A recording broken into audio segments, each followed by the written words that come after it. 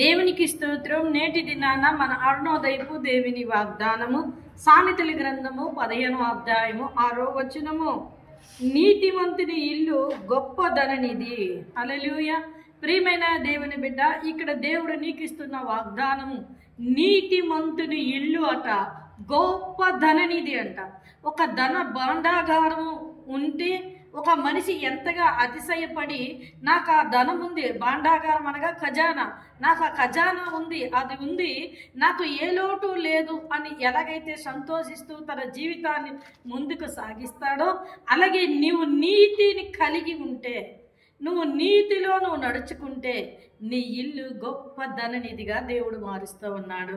కనుక నువ్వు నీతిమంతుడు అయితే, నువ్వు దేవుని యందు విశ్వాసము కలిగి వాక్యానుసారమైన జీవితాన్ని నువ్వు జీవిస్తే నీ ఇల్లు నీతిమంతుని ఇల్లుగా మార్చబడి నీ ఇల్లు గొప్ప ధననిధిగా దేవుడు నీ ఇంటిని దీవిస్తాడు, నీ పొలాన్ని దీవిస్తాడు, నీ సమస్తాన్ని ఆయన దీవిస్తాడు. నీకు ఆ సమయానికి ఏది అవసరమో అది ఆయన ద్వారాలు తెరిచి నీకు ఇస్తాడు.